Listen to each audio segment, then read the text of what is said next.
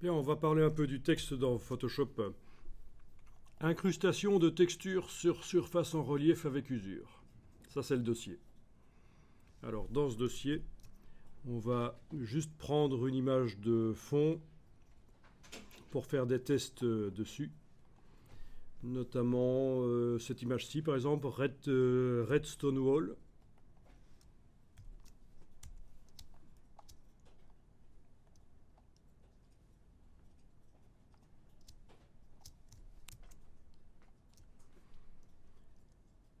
Alors, quelle est sa dimension en pixels? 3000 sur 2250, donc c'est tout à fait correct. On va pouvoir faire des choses là-dessus. Ça va juste être notre image de fond, hein, pour voir un peu comment ça fonctionne. Alors, je vais prendre l'outil texte. Donc, parmi les outils de Photoshop pour le texte, vous avez le texte vertical à éviter. C'est pas très acceptable en graphisme à notre époque, à moins que vous ayez une très bonne raison d'utiliser. Vous avez des outils texte qui créent des sélections directement, c'est pas très intéressant, donc il n'y a vraiment que l'outil texte, le premier là, qui est intéressant. Ok, vous cliquez et ça crée un calque texte. Vous allez taper un petit mot.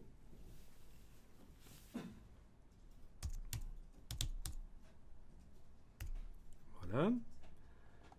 En double-cliquant sur le calque texte, ça sélectionne, mais en tout cas sur la partie T du calque texte, ça sélectionne le texte. Il est là quelque part. Je l'avais vu. Ah, il est là, oui. Chez moi, il est tout petit. Et je vais pouvoir ici modifier la dimension. Alors, plutôt que de travailler en points, bon, autant que je travaille en pixels, parce que c'est de là que vient le problème. L'image est tellement grande que le texte sur 12 points, ben, ça fait 12 pixels de haut, en fait. C'est vrai que dans Photoshop, les points et les pixels, c'est la même chose, en fait. Donc 200, voilà. Ok. Là, je viens de prendre l'outil de déplacement et j'arrive à donc déplacer ce texte. On est d'accord? Vous avez le texte, vous le voyez? Bon, pour l'agrandir, vous pouvez aussi y aller par transformation manuelle. C'est pas plus mal. Édition, transformation manuelle, donc commande T. Avec la touche majuscule, vous prenez une poignée du coin et vous agrandissez.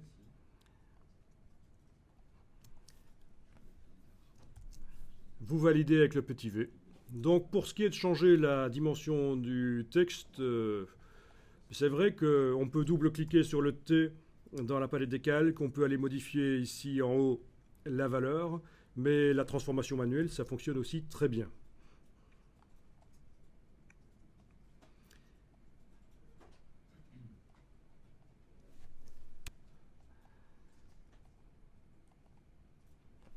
Bien. Bon, ben, je vais double-cliquer sur le T pour sélectionner le texte et je vais aller changer sa couleur ici en haut. Avec la case dans les options de texte, quand vous avez l'outil texte qui est actuellement activé, vous avez les options pour la couleur du texte ici.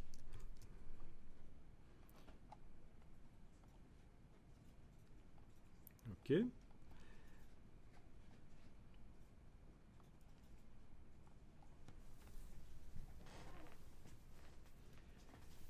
Je vais lui mettre des effets spéciaux, notamment du relief, du chanfrein, du biseau. Donc un bord, quoi.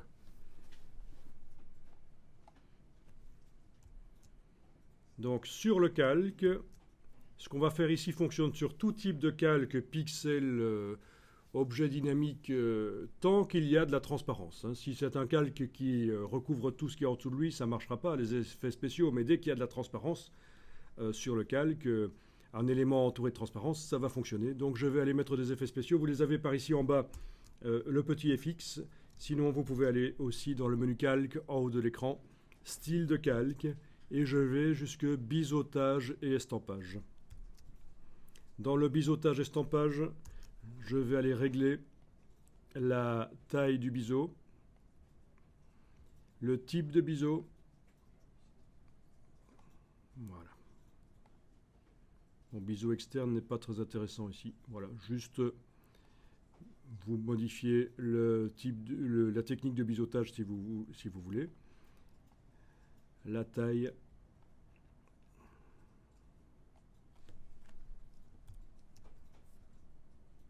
Bien, donc dès que je clique sur OK, je vois les effets spéciaux. Ce ne sont pas des filtres dynamiques, c'est plus ancien dans Photoshop.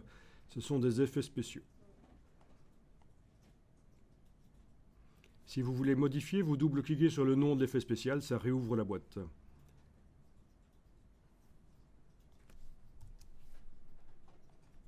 D'accord. Toujours sur ce même calque, je vais aller ajouter une ombre portée. Donc, en plus du biseautage estampage, j'ajoute une ombre portée. Je modifie la distance.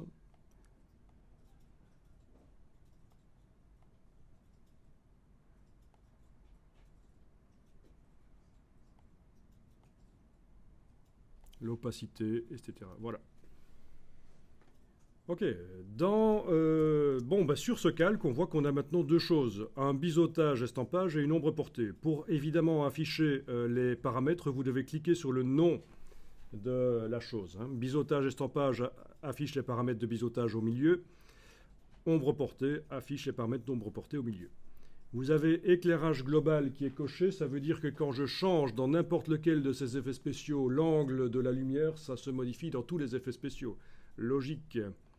C'est pour qu'il y ait quand même une certaine cohérence. Par exemple, ici, je suis en train de modifier l'ombre portée. Si je modifie l'angle, ça modifie l'angle de la lumière pour l'ombre portée, mais également pour le biseau. Parce que éclairage global est coché.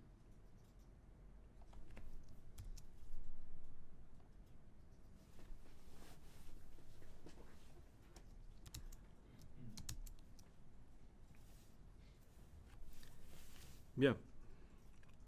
En travaillant toujours sur le calque de texte avec l'outil T enclenché dans la palette des outils, je vais aller ici maintenant au-dessus, choisir l'option d'enveloppe de texte. Donc il s'agit de créer un texte déformé. Là vous avez une boîte de déformation d'enveloppe qui est assez ancienne dans Photoshop. Vous allez pouvoir notamment faire un texte en arc ou en arche.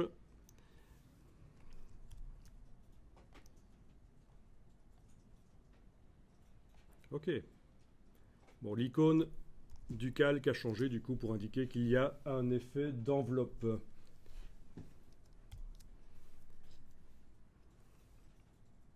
Donc on peut retourner autant de fois qu'on veut sur ce paramètre là au-dessus dans les options du texte pour aller changer le type d'enveloppe. Le texte reste modifiable.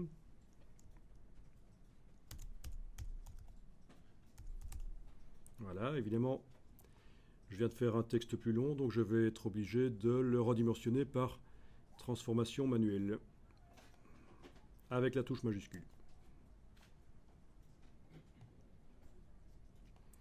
Pour ce qui est de la police de caractère, on ne l'a pas fait, mais on peut la changer bien entendu.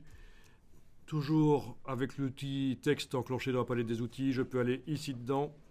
Sinon, vous avez également les panneaux, menu texte, panneau, panneau caractère, panneau paragraphe. Et alors, vous avez la liste des polices avec leur prévisualisation. Les polices qui commencent par un petit O sont les polices qui sont le plus haut de gamme, c'est ce qu'on appelle l'open type.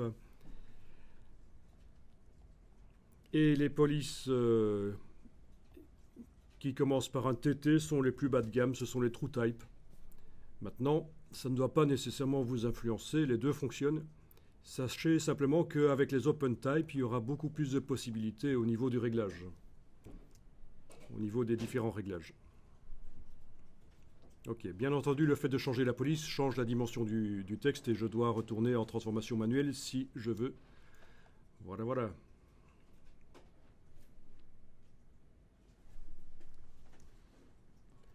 Bien. Alors, les polices, évidemment, ça s'installe par le système. Vous pouvez aller en chercher sur des sites comme Dafont. C'est un peu bas de gamme, mais c'est gratuit. C'est-à-dire que ce sera systématiquement du TrueType.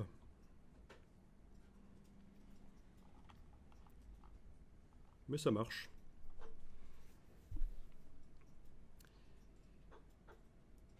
Si vous avez vu sur une affiche une police de caractère et que vous voulez la trouver, vous ne connaissez pas son nom parce que vous n'êtes pas typographe, vous prenez une photo de la police, vous l'ouvrez dans Photoshop, vous la recadrez et vous l'envoyez vers un site de reconnaissance de police. Notamment, il y en a plusieurs, mais il y en a un qui est whatthefont.com.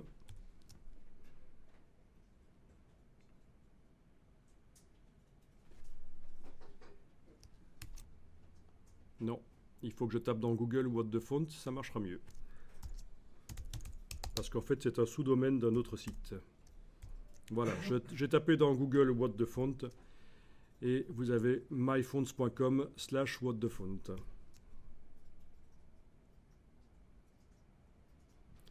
Voilà, donc on vous propose d'indiquer soit une URL, soit d'uploader une image. Où est l'URL ? Bon, normalement, ça doit marcher avec URL aussi. Bon, ici, je ne vois que la fonction upload.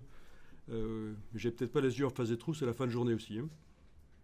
Ok, donc je ne vais pas faire l'exercice avec vous. Sachez simplement que si vous envoyez votre image de la police que vous avez photographiée, par exemple, sur une affiche, vous avez recadré pour qu'il n'y ait vraiment pas d'éléments parasites, vous avez recadré la police de caractère, quelques lettres. Vous allez pouvoir envoyer l'image et ça va vous sortir quelques noms de police qui ressemblent à la police que vous avez trouvée. À partir de là, avec le nom de la police, vous pouvez aller sur des sites comme Dafont pour trouver la police de caractère.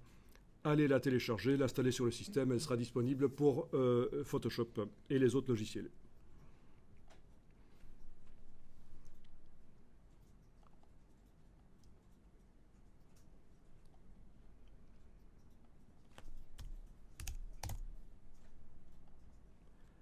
Concernant la police de caractère, il faut savoir que dans tous les logiciels Adobe, vous avez intérêt à passer en crénage optique.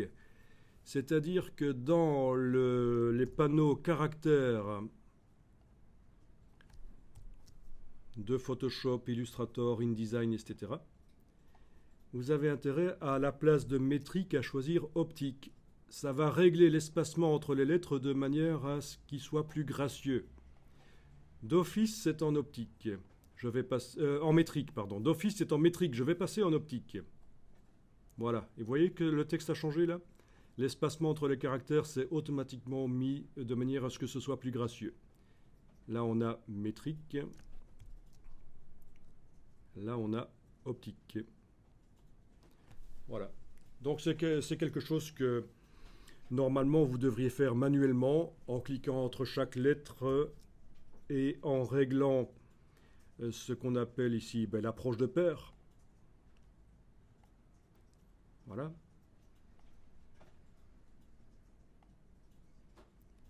Sauf que Photoshop vous le fait tout seul quand vous êtes en optique. Par rapport à la lettre qui se trouve avant, il vous trouve le meilleur réglage possible.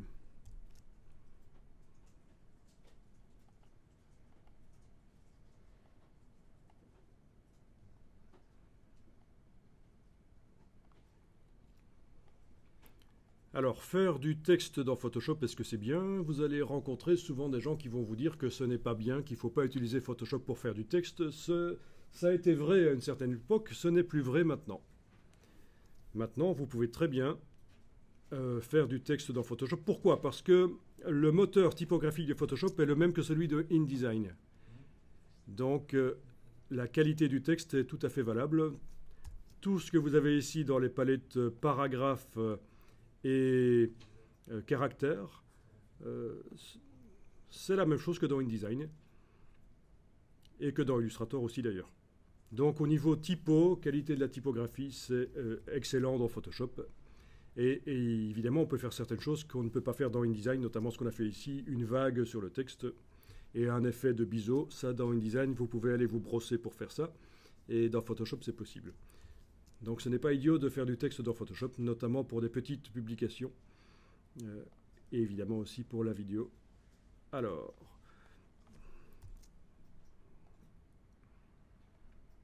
ok.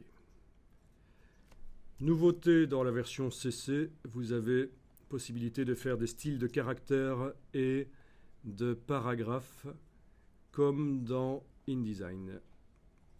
Donc, si vous avez des affiches, des publications avec du texte qui se retrouve à plusieurs endroits et vous voulez mettre le même aspect, vous allez pouvoir utiliser les styles de caractères et de paragraphes. Que je suis allé chercher donc dans Texte panneau. Voilà, et là, on voit que les 4 panneaux qui concernent le texte sont sortis. Il n'y a pas de problème.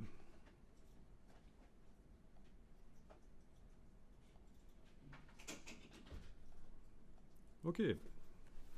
Si un jour vous devez faire une publication sur papier au départ de votre travail, on ne sait-on jamais, vous allez donner à l'imprimeur une version vectorielle du texte. En fait, vous allez devoir faire un enregistrement au format Photoshop PDF. Parce que si vous enregistrez au format JPEG, TIFF, ça va pixeliser le texte. Il va devenir flou sur les bords. Tandis qu'au format Photoshop PDF, il va rester net. Vous pouvez faire le test si vous voulez. Vous enregistrez le document que vous êtes en train de travailler au format Photoshop PDF.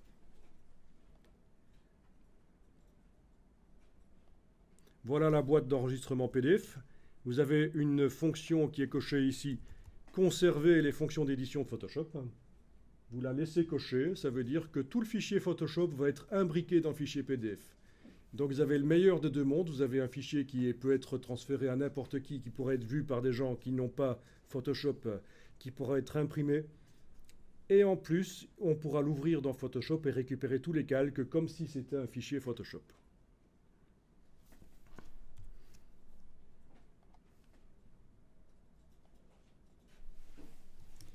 Donc, le fichier PDF, le voilà qui est arrivé.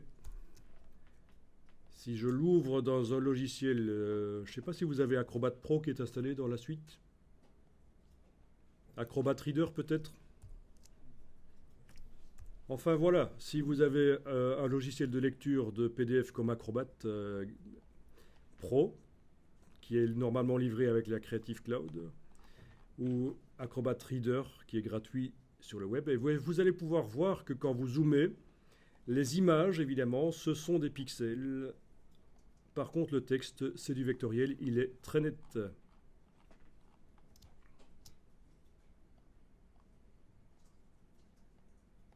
D'accord, là j'ai fort zoomé sur l'image et le texte, le bord du texte reste net. Le biseau sur le texte est pixelisé, mais le bord du texte est net. Donc c'est la solution. Si vous voulez faire des flyers, vous enregistrez votre composition Photoshop en format Photoshop PDF et votre texte reste extrêmement net à la sortie.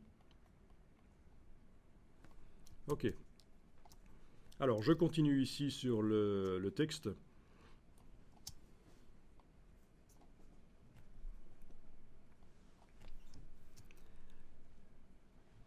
Ok, je vais tenter ici de trouver une police plus épaisse en fait. Ah oui, ça peut être bien, oui. Parce que la police de caractère que j'avais était un peu trop fine pour ce que je veux faire pour la suite.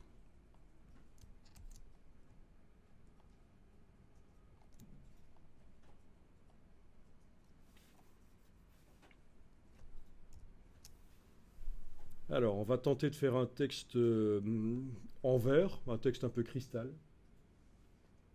Comment est-ce qu'on peut faire ça? Eh bien, c'est assez simple.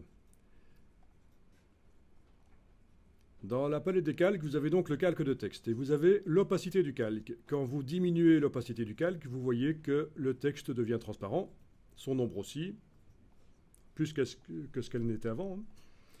Et évidemment, à 0%, le texte n'est pas visible du tout. Je vais remonter à 100%, l'opacité du calque. Et je vais maintenant jouer sur le fond. Ça, c'est une question qu'on pose souvent. C'est quoi la différence entre le fond et l'opacité dans la palette des calques? Eh bien, voilà la réponse. Le fond, c'est l'opacité des pixels du calque, mais pas des effets spéciaux. C'est-à-dire que si je diminue le fond à 0%, le texte disparaît, mais les effets spéciaux restent. L'ombre et les biseaux restent visibles. À partir de là, si je veux donner l'impression que c'est un texte cristal, il va falloir que j'aille paramétrer l'angle d'éclairage et la complexité du biseau, et ça devrait peut-être donner l'effet que je recherche. Ok? Vous remarquez que si je ne mettais pas l'ombre, ça donne l'impression d'être un texte en relief dans le mur. Ça peut être intéressant.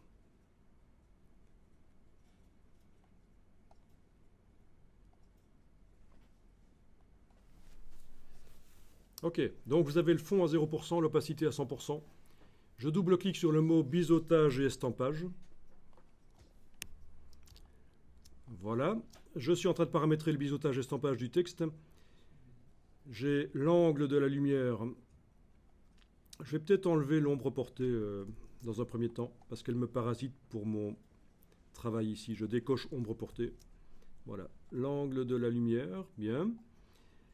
Au niveau du biseau, vous avez le choix ici de différents biseaux. Pour l'instant, c'est un biseau en diagonale 45 degrés, mais vous avez différents biseaux, notamment un biseau complexe qui va donner un peu un effet cristal sur votre texte.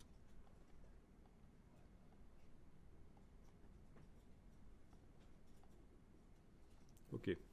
Alors ça marcherait mieux avec une police plus épaisse encore que ça. Ouais, quoique c'est pas trop mal. Sinon, vous pouvez modifier vous-même le biseau. En cliquant sur le carré ici, vous avez l'éditeur de biseau, là, et vous allez pouvoir modifier de manière à faire des réflexions multiples pour essayer d'obtenir cet effet de vert.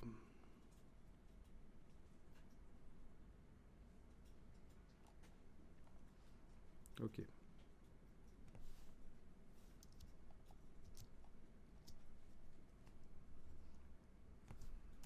Ce qui peut aider un peu dans ce cas-là, c'est d'ajouter une lueur externe éventuellement. Petite lueur externe pour souligner le texte.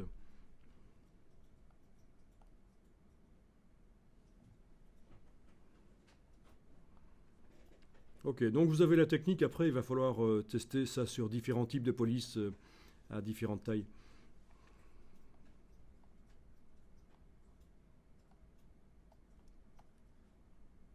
Ok. Je vais remettre l'ombre, mais la mettre moins forte. Voilà.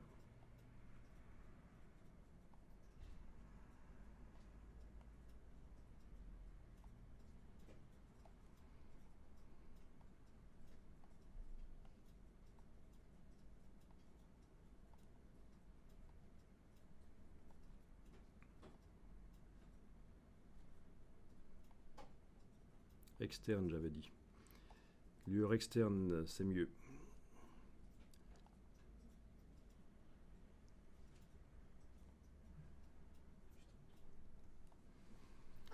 Ok. Assombrir sous le texte, derrière le texte, va aider aussi.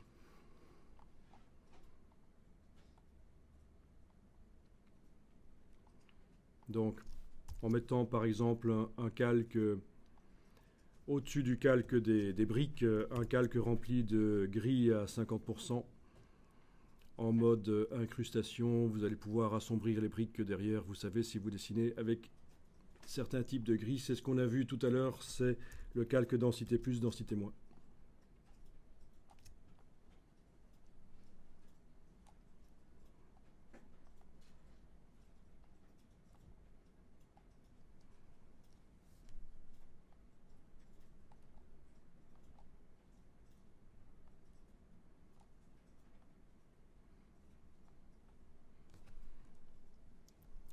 Ok.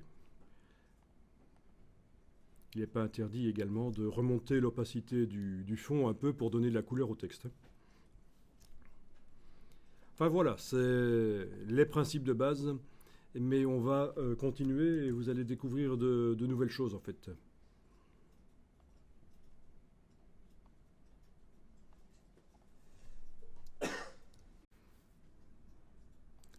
Bon, alors vous enregistrez votre document sous un certain nom. Euh, on peut repasser à l'enregistrement au format Photoshop, hein, parce que le Photoshop PDF, il vous affiche plein de boîtes inutilement.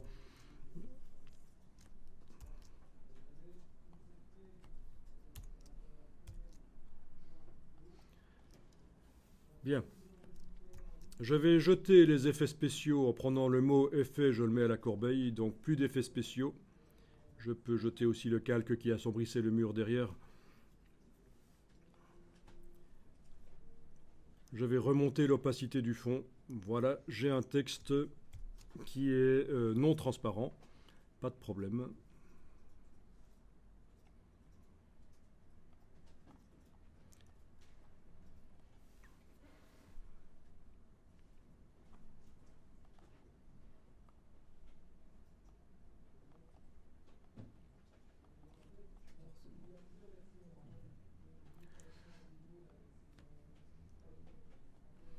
Ok. Alors si je veux donner l'impression que le texte est comme un vieux texte délavé sur le mur, usé sur le mur. Bon, d'abord, je vais aller régler correctement l'intensité lumineuse sur le mur. Je vais cliquer sur le calque d'arrière-plan et y aller peut-être directement avec le réglage niveau. Image réglage niveau. Dans mon cas, je vais assombrir un peu le mur. Je le trouvais un peu fadasse. Voilà. Le mur est assombri. Je travaille sur le texte là. Et je vais aller jouer sur un système qui est très ancien dans Photoshop, qui existe même avant que les calques n'existent dans Photoshop, parce qu'ils sont arrivés seulement à la version 3, les calques dans Photoshop. Avant les calques, on avait un espèce de calque temporaire qu'on appelait une sélection flottante. Mais ça, c'était avant 1994. Et donc, ce qu'on va voir ici est très vieux, mais très utile quand même. C'est les curseurs d'écrêtage. Vous allez double-cliquer sur la partie droite du calque de texte. Pas sur la partie gauche ici, puisque c'est pour modifier la police, en fait, hein, pour sélectionner tout, retaper autre chose. Donc c'est sur la partie droite ici qu'on double-clique. Et ça fait apparaître donc les styles de calque. Ben, c'est la même chose que si j'étais allé dans les effets spéciaux. Par menu calque, style de calque, option de fusion. D'accord? Calque, style de calque, option de fusion. J'obtiens la même chose. Donc ce qui m'intéresse, c'est les options de fusion. Et alors vous avez ici deux curseurs. Le curseur du bas sert à rendre invisible le calque en fonction de la luminosité de ce qui se trouve en dessous de lui. D'accord? Donc le calque qui se trouve en dessous du texte, ben, c'est les briques. En fonction de la luminosité des briques, je vais rendre invisible le texte. Voilà. Vous lâchez le bouton à souris de temps en temps. Donc en quelque sorte, c'est le relief des briques qui fait disparaître le texte. On peut y aller par là aussi. Hein. Je suis allé par la partie droite, mais je peux aussi y aller par la partie gauche ici. Donc par exemple, si je fais ça, ça veut dire que le texte bleu ici chez moi n'apparaît que sur les pixels de briques qui ont cette plage de luminosité là. Sur les briques les plus foncées, il disparaît. Si je fais l'inverse, ça veut dire que le texte n'apparaît que sur les briques qui ont cette plage de luminosité-ci. Sur les briques les plus claires, il disparaît, le texte. Bon, mais finalement, je juge que c'est l'inverse qui est intéressant. C'est plutôt que le texte n'apparaisse pas à l'endroit des briques les plus foncées.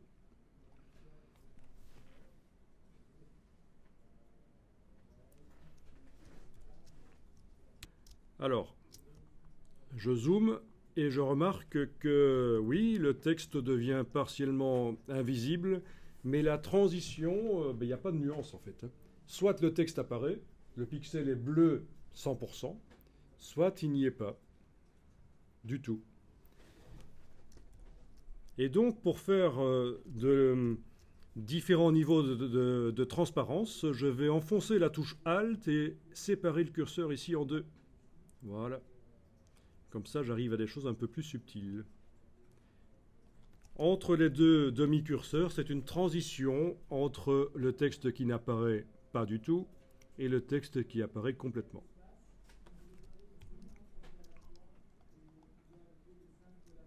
Amusant ça, on y croirait. Ok. Bon. Ensuite, avec l'outil texte activé dans la palette des outils, je peux encore aller changer la couleur du texte et tester différentes choses. Oui, donc je ne suis pas obligé d'aller double-cliquer sur le texte pour mettre les caractères en surbrillance. Je peux simplement cliquer sur le calque de texte et en ayant le curseur texte, en ayant l'outil texte activé dans la palette des outils, je vais changer sa couleur là au-dessus. En temps réel, je vois ce que ça donne.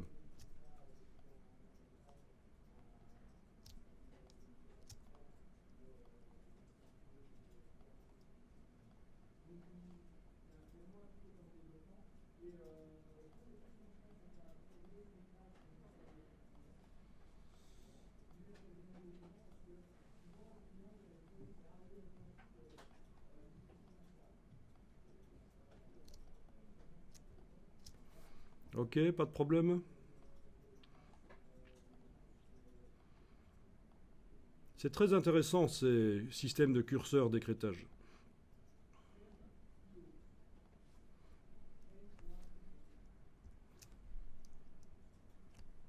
Oui, vous avez la petite icône ici qui vous indique qu'il y a eu un travail sur les options de fusion dans les styles de calque. Donc il ne faut pas confondre mode de fusion et options de fusion. Les options de fusion, c'est à la fois les modes de fusion, mais c'est beaucoup plus que ça en fait.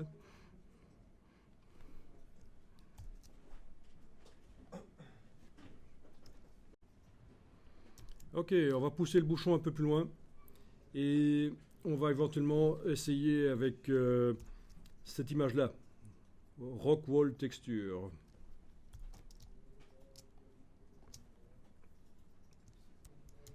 Ok, sur l'image Rock Wall Texture, vous cliquez, vous mettez un texte.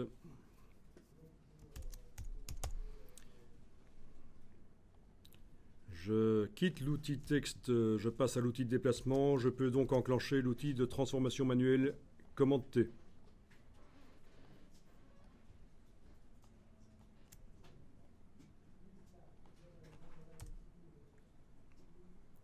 Je reviens avec l'outil texte et je vais changer la police de caractère.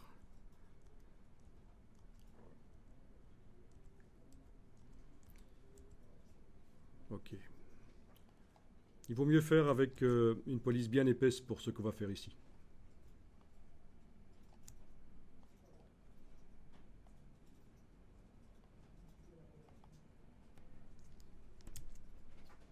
Bon, ben vous pouvez faire la même chose que ce qu'on a fait avant, c'est-à-dire vous double-cliquez sur la partie droite du calque de texte et vous allez jouer sur le curseur ici, de manière à faire en sorte que le texte n'apparaisse pas aux endroits des fissures. Aux endroits des fissures, en fait, oui. Logique, hein? Le texte ne peut pas être peint dans le vide des fissures. Donc voilà.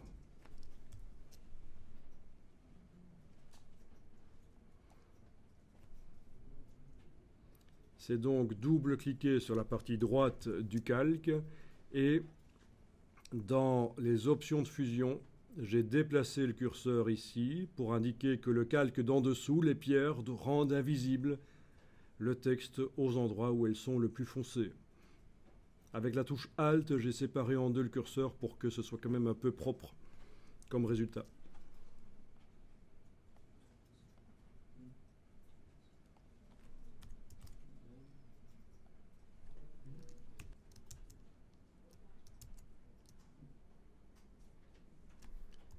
Alors le mode de fusion du calque peut être modifié.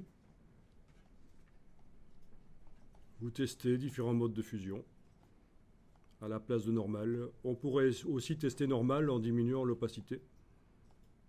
Voilà, c'est pas mal ça.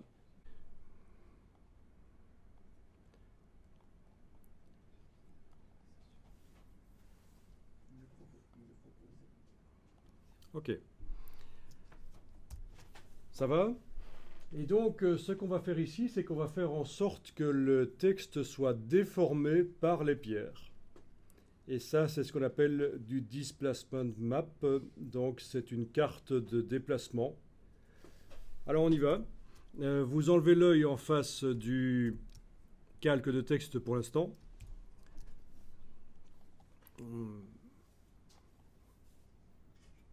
Donc, ce qu'on va même faire, c'est qu'on va dupliquer l'image en fait. On va faire image dupliquée. Image dupliquée, donc ça vous fait une image qui va s'appeler Rockwall Texture 01 copy. Dans mon cas, j'avais mis un 01. Ok. Donc je travaille sur la version dupliquée de l'image. Ça veut dire que dans Photoshop, j'ai fait une copie du fichier et dans le bas du menu fenêtre, vous avez maintenant le premier fichier sur lequel vous étiez en train de travailler et puis maintenant on travaille sur la copie. Donc c'est menu image dupliquée. Ok, j'enlève l'œil en face du texte ici. Je vais aller dans la palette des couches, repérer dans quelle couche les pierres sont le plus en relief. Quelle est la couche qui va me servir pour faire le déplacement du texte. Donc palette des couches, rouge, vert, bleu. Ok.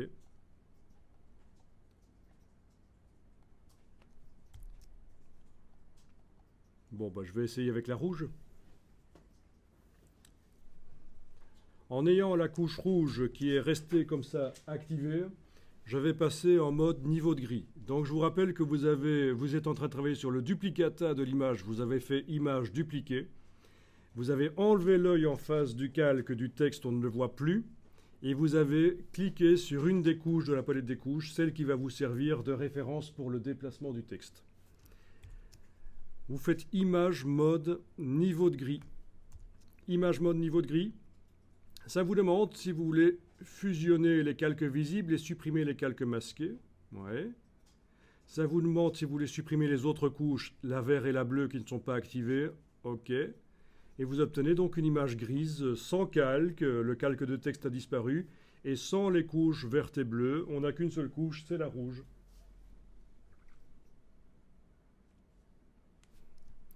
Je l'enregistre au format Photoshop sur le disque dur.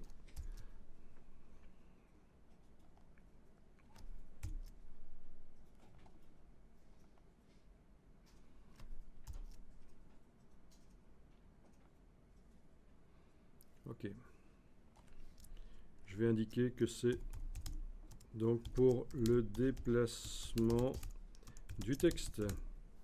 Donc format PSD. Format Photoshop. Ok, je peux la fermer. Je reviens donc sur mon image ici. Et je vais appliquer sur ce texte un filtre de déplacement. Et là, c'est en allant dans menu filtre, déformation, dispersion. Filtre, déformation, dispersion. Donc sur le calque de texte qui est actuellement activé.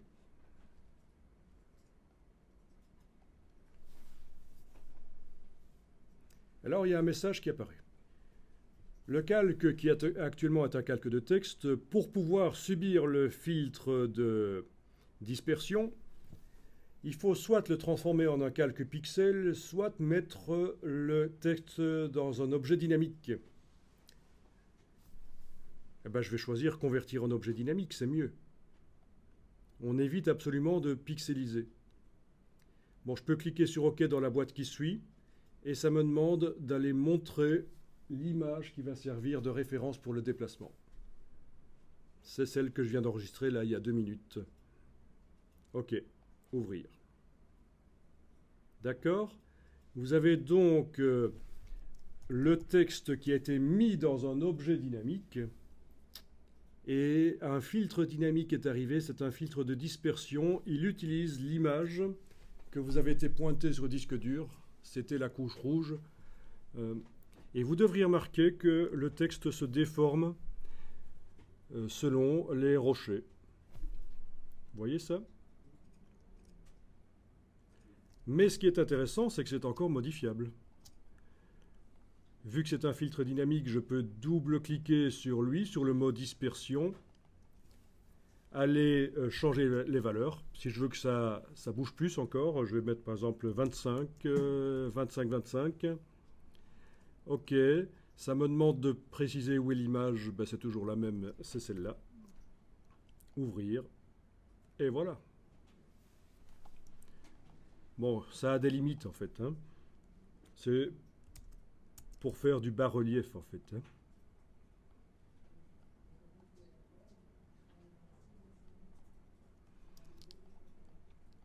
Voilà. Là, on voit que même les subtilités du rocher influencent. Bon, ça donne l'impression que c'est de la peinture sur des rochers, quoi. Voilà. Ah, évidemment, si je bouge, ça ne correspond plus, hein. Si je bouge le texte après avoir fait ça, c'est foireux. Il faut que je redouble-clique sur... oui, et même... Il vaut mieux qu'il soit en place dès le départ parce que... Oui, oui. On va quand même essayer.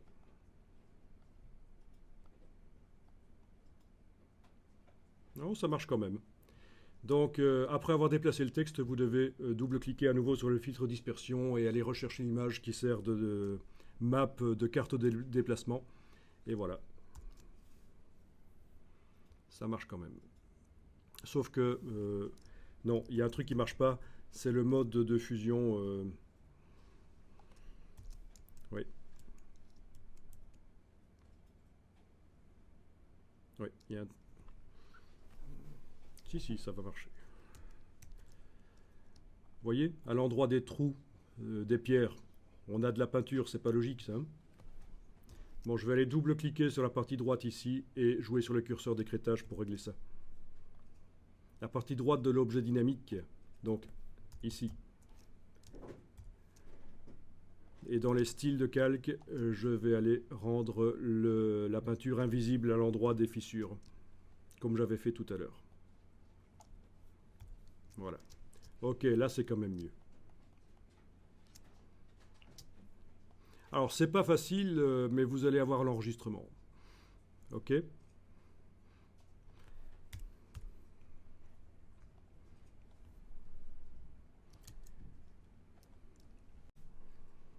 Alors je continue avec le texte ici. Alors je vais prendre cette image ici pour continuer. Natural Graphite Stonewall. Granite. Natural Granite Stonewall.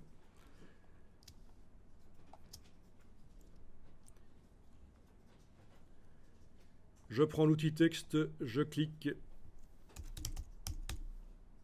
Voilà. Je sors de l'outil texte, je vais vers l'outil de déplacement de pixels et je peux donc enclencher la transformation manuelle commentée pour agrandir le texte.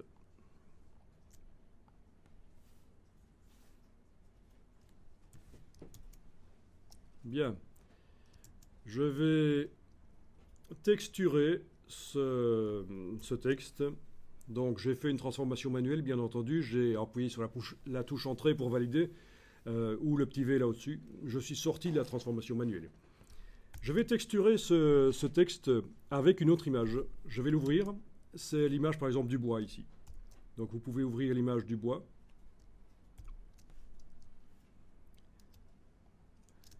Avec la touche F, je passe en mode fenêtre, je quitte le mode plein écran. Je détache la texture de bois par son onglet, elle est dans sa fenêtre à elle. Et je vois donc la fenêtre avec le texte ici.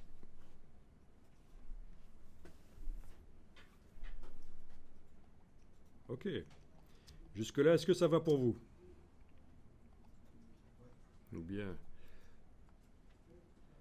Je vais avec l'outil de déplacement de pixels, sans devoir faire de sélection parce que c'est tout la texture de bois que je veux déplacer.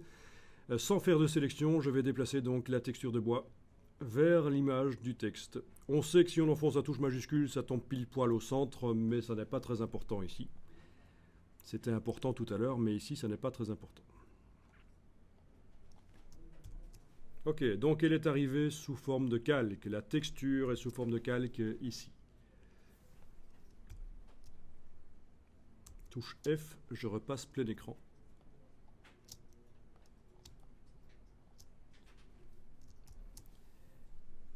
Et alors je vais faire en sorte que la texture ne soit visible qu'à l'endroit du texte. Donc c'est quelque chose qu'on a fait tout à l'heure avec un calque de réglage de type inversé. On voulait qu'il n'agisse que sur le calque d'en dessous. Ben, ça marche aussi avec les calques qui contiennent des pixels. C'est donc la touche Alt, je fais voyager le pointeur entre les deux vignettes et je clique quand j'ai ce signe spécial. Et voilà, vous avez votre texte qui reçoit la texture de bois. Elle est toujours déplaçable dedans, il n'y a pas de problème. Bien entendu, si on la déplace trop à un certain moment, elle n'est plus sur le texte et c'est la couleur du texte qui réapparaît. Elle est déplaçable, on pourrait même la redimensionner par transformation manuelle. Donc c'est assez génial ça, de pouvoir comme ça mettre une texture sur du texte qui reste modifiable d'ailleurs. Il n'a pas été pixelisé. On peut encore changer le mot si on veut. Donc, je recommence la manip de ici. À partir de là, tu as donc la texture qui est au-dessus. Donc, c'est la touche Alt et je fais voyager le pointeur entre la texture de bois et le texte jusqu'à ce que j'ai cette icône spéciale. Et là, je clique sans bouger la souris. Et comme on le voit, il y a une petite flèche qui indique qu'elle n'est visible qu'à l'endroit du calque d'en dessous. Là où il y a des choses visibles sur le calque d'en dessous. Le calque d'en dessous est souligné pour indiquer qu'il est à la base de ce qu'on appelle un système d'écrêtage. Voilà. Bien. À partir de là, je vais mettre sur le calque de texte éventuellement des effets spéciaux, notamment un biseautage pour qu'il soit quand même un peu plus visible. Voilà. Très sympa. Une petite ombre portée.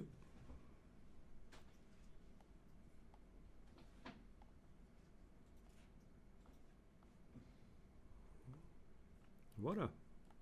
On y croirait.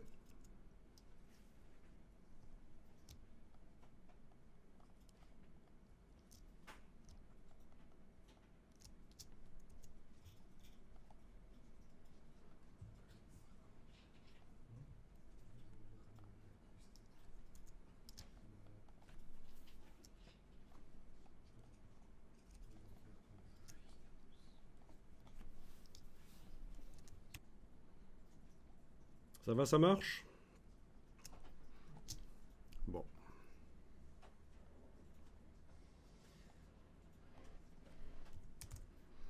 Là, vous avez la totale. Hein. On étudie le texte, mais ça vous permet de faire d'autres choses qui sont utilisables dans d'autres contextes aussi.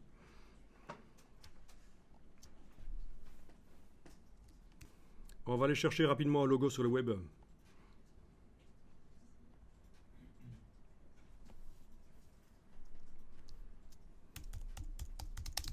Vous gardez bien votre image ouverte parce qu'on va toujours l'utiliser. Mais c'est l'occasion d'aller voir comment utiliser un logo qui vient du web. Donc je tape par exemple Wood et public domaine entre guillemets. Dans les outils de recherche des images. Je vais aller demander type image clipart. Voilà.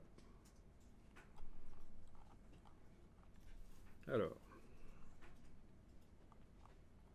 Bien, bon, je vais prendre un truc qui fait penser au bois, c'est ce truc-là par exemple. Ok, donc Wood, public domaine entre guillemets. Dans les images, j'ai demandé spécifiquement des images clipart.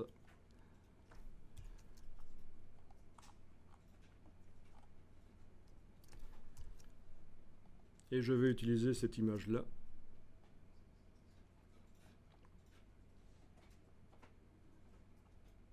D'accord, vous la voyez? Ok, je l'enregistre dans le dossier.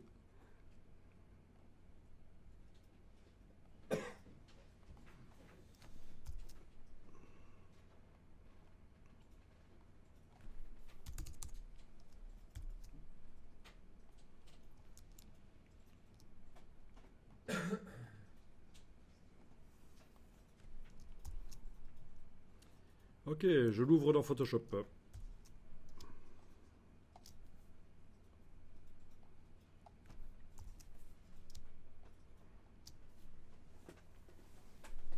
Alors, pour faire disparaître rapidement le fond blanc, vous pouvez utiliser le système d'écrêtage qu'on a vu. Double-clic sur la droite du calque ici, pour le transformer en calque 0 déjà, puis à nouveau double-clic pour faire apparaître les curseurs d'options de fusion. Mais cette fois-ci, c'est le curseur du dessus que j'utilise, parce qu'il n'y a pas de calque en dessous du cerf. Il est seul, ce calque-là. Donc, je vais rendre invisible une partie du calque en fonction des pixels de ce calque. Ce calque. Et les pixels quoi? Les pixels les plus clairs. Voilà. Je déplace simplement le curseur vers la gauche. Et les pixels les plus clairs sont devenus invisibles. On a le damier de transparence qui apparaît. OK. OK, une icône qui indique ici qu'on a fait des options de fusion. Si ça va trop vite, vous le dites. Hein. Donc j'ai double-cliqué sur le calque et sur le curseur du dessus. Ah, ça aurait peut-être marché sur celui du dessous aussi. Ah non, ça ne marche pas.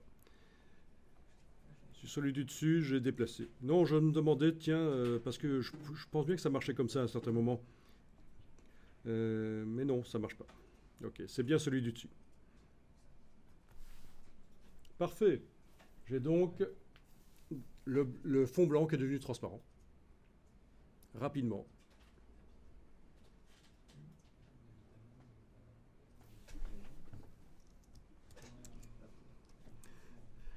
Alors, vous voyez ce qui se passe? Les pixels blancs sont toujours sur la vignette dans le calque, parce qu'en fait, on vient juste de les rendre invisibles. Mais ils sont toujours là. Et pour la suite de l'opération, j'ai vraiment envie qu'ils ne soient plus là, parce que je veux faire la même chose que ce que j'ai fait sur le texte, mettre la texture de bois sur le cerf. Et ça ne va pas marcher s'ils sont toujours là. Alors l'astuce, pour vraiment les faire disparaître, ces pixels, c'est que je crée un calque vide, avec le bloc de feuilles là, et je vais fusionner le tout ensemble, et dans l'opération, les pixels blancs qu'on voit là vont disparaître. Donc je crée un calque vide et je demande par exemple calque, aplatir l'image. Ça n'a pas marché, excusez-moi, c'était calque, fusionner les calques visibles. Voilà, pas aplatir l'image. Ça fait un calque d'arrière-plan. Donc c'était calque, fusionner les calques visibles. Et vous voyez que là, on a vraiment de la transparence autour du cerf. C'est exactement ce que je voulais. Donc ça, c'est la petite astuce. Hein. Les curseurs d'écrêtage font disparaître des pixels de l'affichage, mais les pixels sont toujours dans le calque. Si vous voulez qu'ils disparaissent réellement, il faut créer un calque vide et le fusionner avec le calque du dessin. Ah bon, à partir de là, ça va être assez simple. Je vais donc déplacer dans mon image. Alors, voyons où on en est ici. OK. Dans l'image qui contient mon texte ici en bois, je déplace le cerf. Le voilà. Je vais l'agrandir. Par transformation manuelle. Là, j'ai juste enfoncé la touche Alt pendant que je faisais la transformation manuelle, comme ça il s'est transformé par son centre. Mais ça n'est pas obligatoire. Voilà.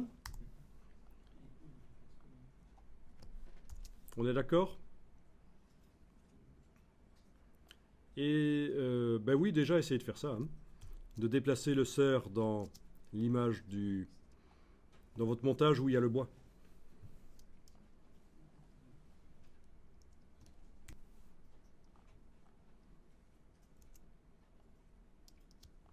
Ok. Alors, la suite. Je duplique le calque de la texture de bois. Je le mets au-dessus du cerf. Je l'écrète. Le cerf reçoit le bois. D'accord? J'ai dupliqué la texture de bois en l'amenant sur le bloc de feuilles. Je l'ai déplacé au-dessus du calque du cerf. Et avec la touche Alt, j'ai écrêté. Maintenant, j'aimerais avoir sur le cerf le même effet de biseau que j'ai sur le bois. Je vais prendre ici le mot FX et le déplacer sur le cerf en enfonçant la touche Alt pour faire une copie. Ah ben oui, parce que si j'enfonce pas la touche Alt, ça le déplace. Et dès que le ser reçoit le bois, le texte ne l'a plus. Si je déplace le FX sur le texte, c'est le texte qui a l'effet spécial de biseau, mais pas le ser. Donc je suis obligé d'enfoncer la touche Alt pour faire une copie de l'effet spécial d'un calque à l'autre. Et voilà, c'est ce que je voulais obtenir. À partir de là, vous brodez. Là, moi, ce que je sens, c'est que j'ai plutôt envie que le... Oui, oui. Tout ça est compliqué.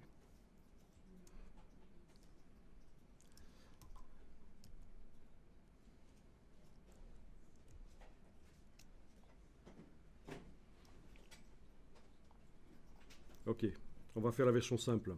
Sinon, vous allez vous embrouiller. Est-ce que vous arrivez jusque-là?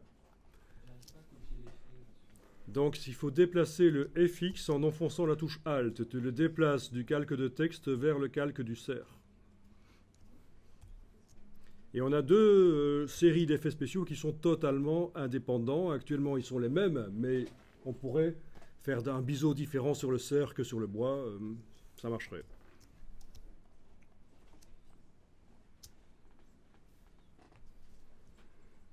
Alors, puisque vous avez réussi à faire ça, je vous montre comment je vais pouvoir déplacer. Je voudrais maintenant pouvoir déplacer, redimensionner en fait le texte et le ser, faire le ser plus grand, le mettre à droite du texte, etc., faire des tests. Et pour faire ça, j'ai intérêt à les mettre dans des groupes. Alors, voilà comment je vais faire. Je clique sur le calque du ser et je demande, dans le menu de la palette des calques, de faire un nouveau groupe d'après des calques.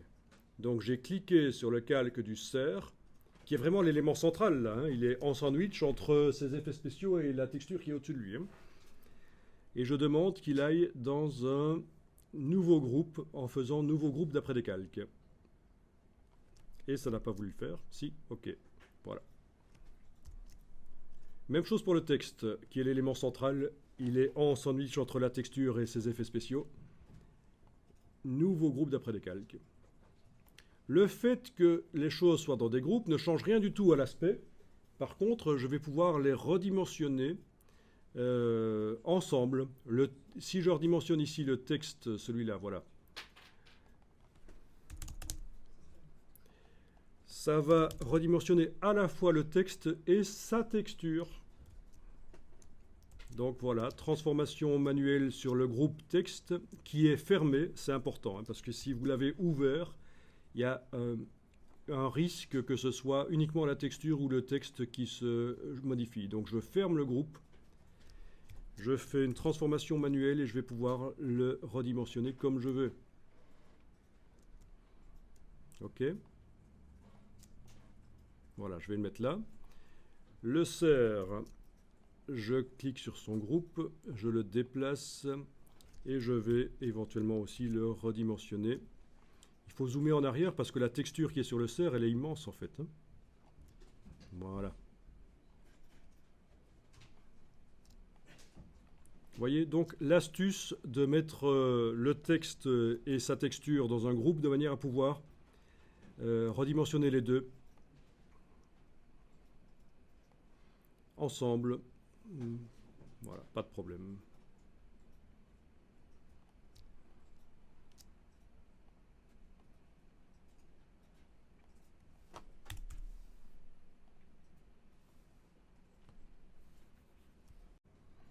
Ok, je termine rapidement l'exercice ici. Ce qui va suivre, vous ne le faites pas, vous regardez simplement, c'est pour savoir que ça fonctionne comme ça. Donc les groupes sont fermés, je suis en train de travailler sur le groupe qui est le plus au-dessus. Je clique avec l'outil texte, ça crée un calque... ah tiens, ça aurait dû créer un calque de texte. Ok, il ne veut pas. On va devoir les verrouiller. Pour être sûr qu'on ne travaille pas sur eux, oui. Donc, je clique avec l'outil texte. Voilà, ça me crée un calque de texte. Ok. Ok.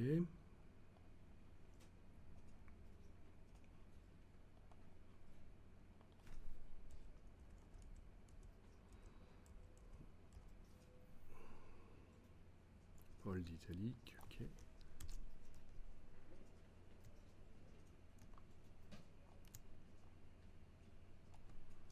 Bien.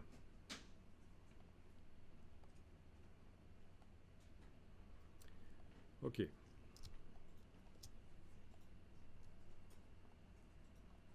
Voilà. Je viens juste de transférer l'effet spécial qui était sur le ser et une copie sur le nouveau texte que j'ai créé ici. Hein. Alors ce que je vais vous montrer, c'est le texturage en relief. Donc, je double-clique sur le mot biseautage estampage sur ce texte new en bleu que j'ai mis.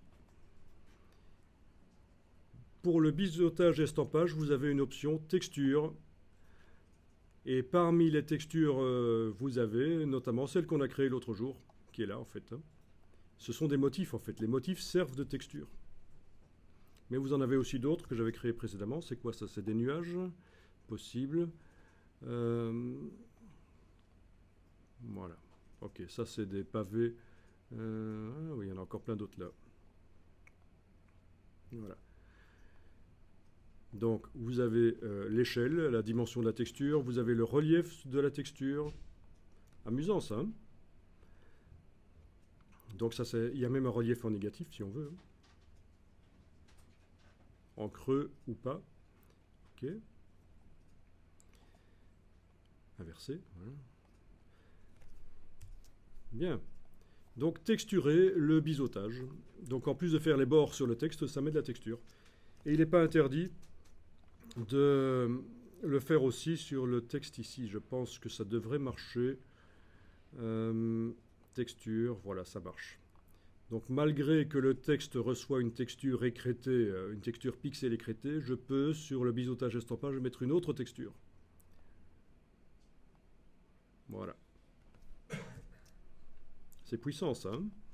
Bon, évidemment, par rapport à After Effects, c'est bibine, mais hein, disons que ça ouvre des possibilités. Le texturage.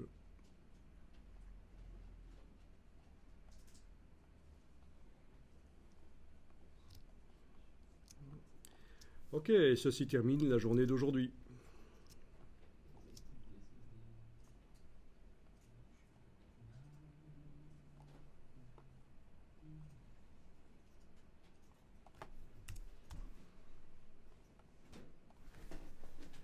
Donc demain, ce sera un peu plus orienté photomontage en fait. Donc aujourd'hui, c'était fort orienté retouche et puis manipulation du texte. Mais demain, ce sera plus orienté photomontage et puis on reviendra sur l'histoire des arbres et des cheveux aussi, évidemment.